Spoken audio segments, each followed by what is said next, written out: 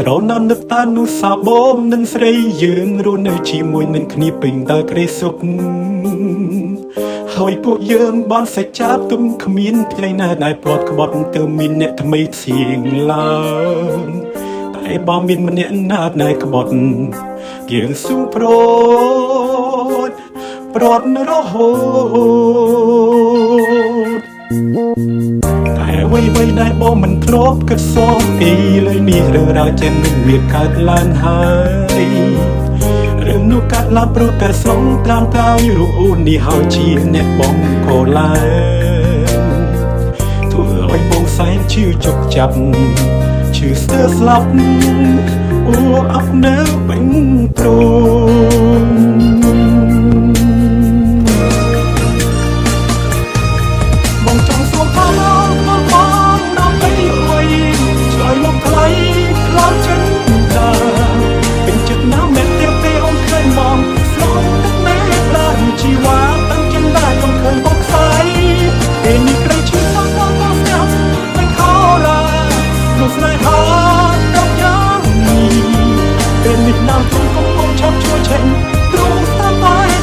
ជាតិនេះខ្ញុំត្រូវយំរហូតនៃស្លាប់ណាស់ទេ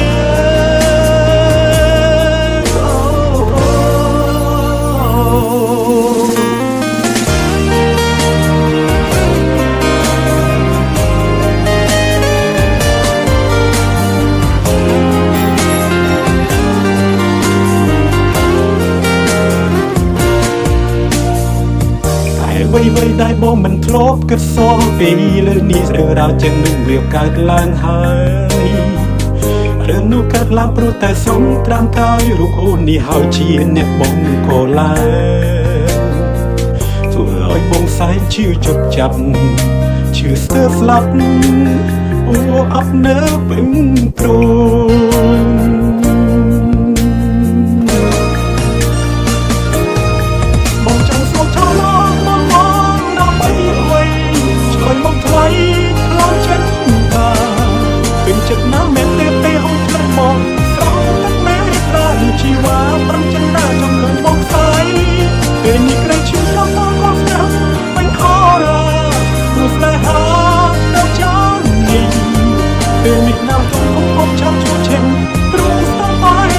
ជាតិនេះខ្ញុំត្រូវយំរហូតនៃស្លាប់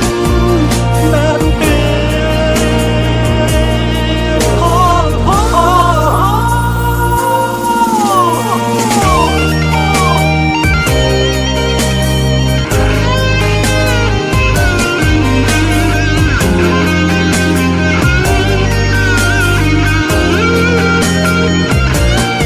បងចង់សុខថា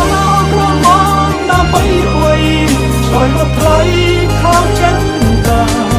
វិញចិត្តណាស់មែនទេពេលអូនឃើញមកស្រស់ទឹកមេត្រាជីវ៉ាប្រំចិនតាចង់ឃើញបងស្អីជឿថាបងស្ដាប់រីកោរ៉ាមកស្នេហាប្រាប់យ៉ាងនេះពេលនេះណាស់ខ្ញុំឆាប់ជួយចិនទ្រង់ស្ដាប់បាយប្រែដូចជាតិនេះខ្ញុំត្រូវយំរហូតនៃស្លាប់